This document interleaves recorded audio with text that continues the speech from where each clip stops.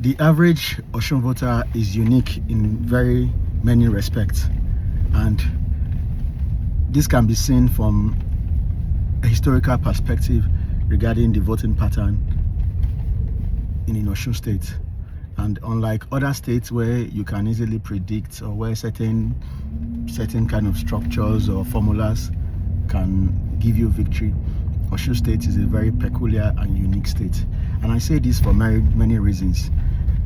I've been involved in Osun State for quite some time now, first through my dad, and secondly through my personal experience. And a fundamental observation I made as far back as 2017, 2018 about the average Osun voter is that they care more about their personal relationship, their connection with their political leaders or people aspiring to hold offices than the competence of the political leader, the exposure or the plans or the achievements of their political leaders.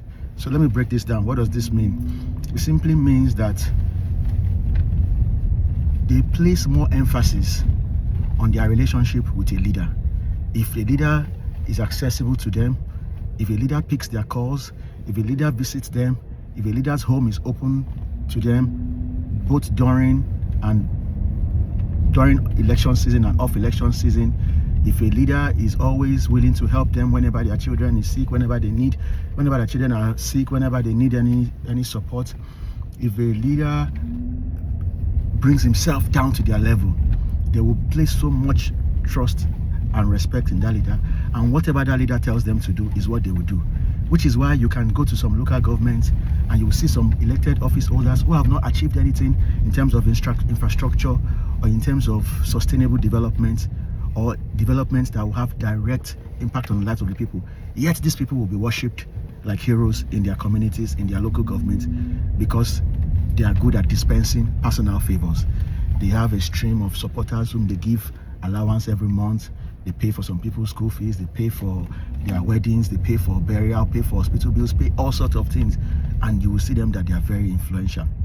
So what this tells us is that in a state like Osun State, when you want to win an election in the state of Osun State, you don't bandy things like, oh, I have a war chest, I have a huge war chest, I have multi-million dollars that I'm ready to spend, I have power, I have connection, I have talks, I have access to the security, I have access to the presidency, I have access to all the governors in Nigeria. That doesn't move people in Osun State. It doesn't move people in Osun State. They want to care about who you are. Are you humble?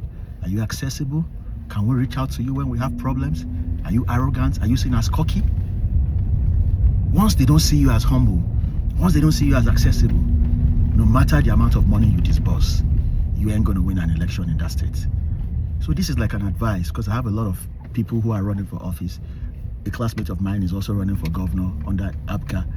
This is an advice to both Accord, both APC, where I belong to, and every other aspiring politician in Osun State, that before you come out to say you want to run for office, make sure you have a good relationship with the people.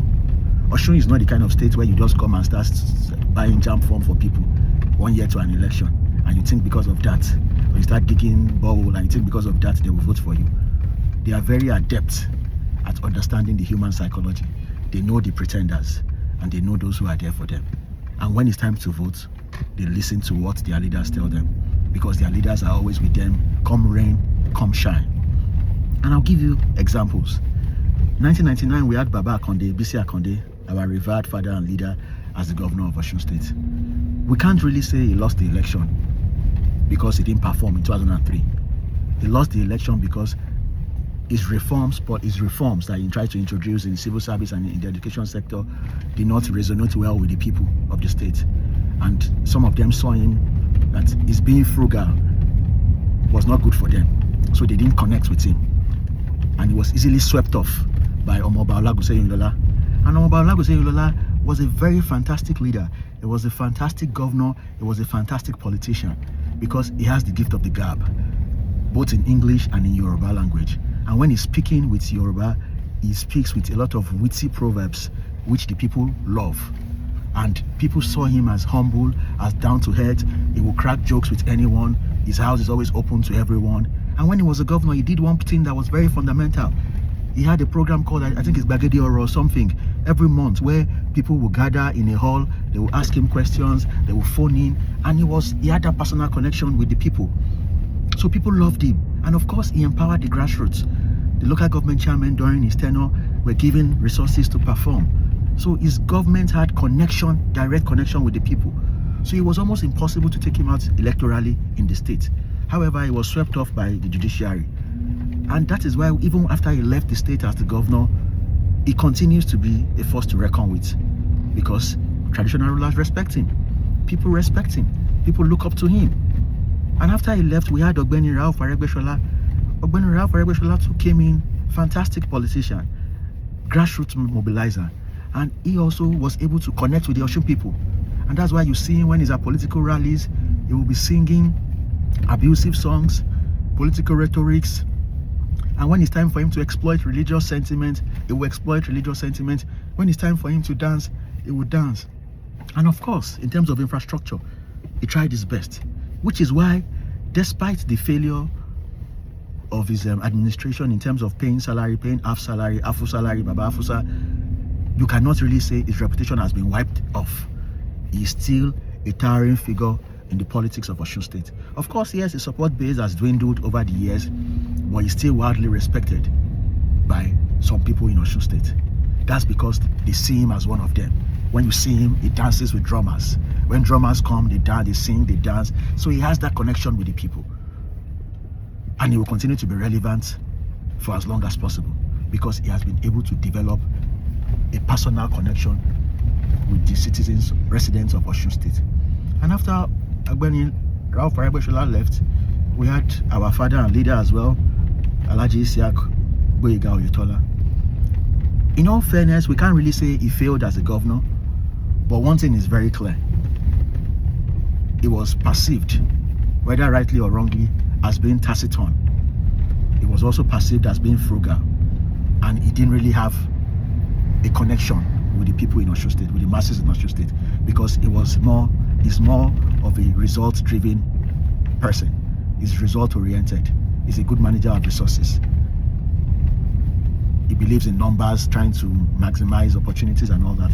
But the human factor, the connection factor, he wasn't scored high on that. He was very low on that. Which is why when his election came, he struggled to win the election. And they had to rely on support from another party to be able to win the rerun election.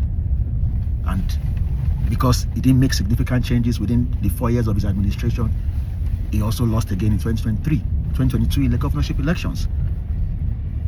And 2018, Governor Adeleke came into the state to run for governor. He ran for Senate, ran for governor. We should ask ourselves, why did Governor Adeleke win the election? Because there is no perceived future of brilliance in his personality or capacity or competence visibly before he became governor, and we didn't have any track record to verify, to say this is what he has achieved over the years and this is what he's going to achieve as the governor of the state. But he had one thing going for him. He was able to connect with the people. He was seen as humble. He was seen as humane. He was seen as jovial. He was seen as friendly. And he will always dance, and he will always dance, and he gives the people joy in Osun State. So people found it easy to connect with him, and he was able to get elected as governor. Now he has gotten elected, and he has not just only stopped on dancing alone. Now he has some things he can call his achievement. He has some roads he has constructed over the state. So he's a dangerous opponent to have. So when you want to confront this sort of dangerous opponent who has a natural connection with the people because of his peculiar personality of being able to dance, laugh, clap, sing praise and worship, go to the mosque to go and pray, dance in the mosque, dance in the church, dance to traditionalists, the people in Osun see him as one of them. Because if the truth must be told, the people in Osun are more of plebeians. We are more of we are grassroots. We are proud of our heritage. Like, I'm from a village, and I'm very proud of my village. I'm proud of my ancestral roots. So those of us from Osun State, we are proud of our heritage. We are mostly farmers. We are mostly local people. So if we see anybody who is a leader who comes to our level, we get easily excited. And that is why you will see we have some leaders like Dr. Babayemi as well. People love him because he reaches out to the people directly. People call him on the phone, they talk to him, they love him. So he can easily resonate well with the people. So if we want to win an election in Osun State, you must first of all focus on developing human capital development, human capital relationship, interpersonal relationship with the people, with the traditional rulers, with the teachers, with the civil service, with the civil servants. You must not be transactional. And this is not something you can achieve within 1 month, within 2 months. It's not something you can achieve with money. So let's reorientate ourselves.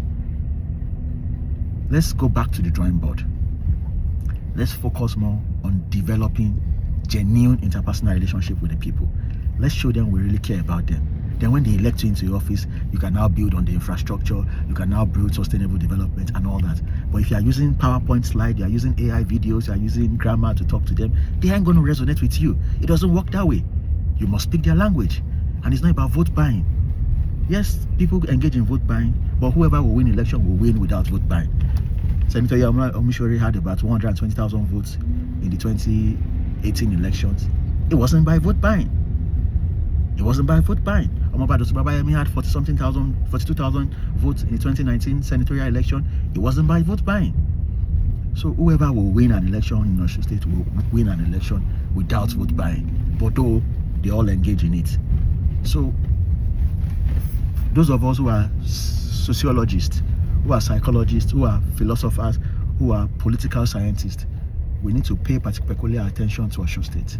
Osun State is not a state where you can come and rabble-rouse and push anybody aside. No Ribadu only won in Osun State when the presidential elections were held in 2007 or thereabouts. He won because the people of Osun State have a mind of their own. So for people of all political parties, because this video is not a partisan video, if you want to go into election management in Osun State, you must always choose candidates who have a personal connection with the people, or who are willing to develop a personal connection, a non-transactional connection. Because I know of some candidates who only open their gates when it's time for election to the people. Before election, 2 years before election, they are nowhere to be found. Nobody has access to them. But when election is coming, you see them wearing face cap up and down, sharing money up and down. It doesn't work that way. So I hope that we all learn from this, and we take it into consideration in managing our people and interacting with our people. Thank you very much.